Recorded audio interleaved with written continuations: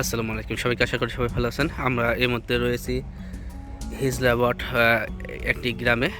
তো দেখতে পাচ্ছেন আমার সামনে রয়েছে 3টা তেঁতুল গাছ। এই তেঁতুল গাছগুলো খুবই কিন্তু বড় বড় সাইজের।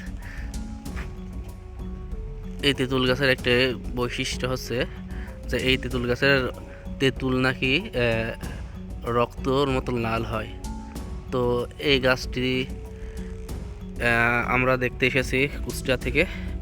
তো দেখতে পাচ্ছেন আমার সামনে কিন্তু অনেক বড় বড় 3টা তেঁতুল গাছ, যা আকাশ ছোঁয়া উঁচু, অনেক বড় বড়। হ্যাঁ, মারো। তো দেখতে পাচ্ছেন তেঁতুল পাড়ার জন্য ঢেল মারছে। দেখতে ওই ঢেলে ওর মাথায় পড়বে। পড়ছে, ও তেঁতুল পড়ছে। ও এটা সাদা তেঁতুল।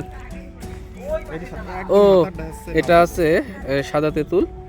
তো আমরা ওই ওই কর্নারের গাছে যাই, আপনাদেরকে পেরে দেখাবো।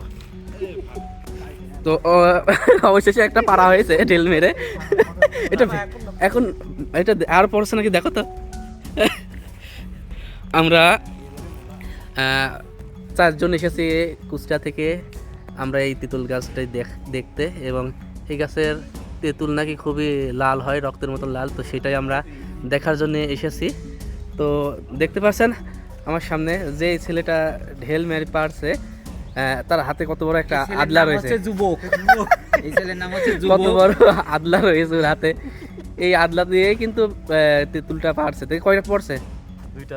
দুইটা পড়ছে। আচ্ছা, পরে দেখাচ্ছে। আমরা তুমি একটু সরে আসো, জানি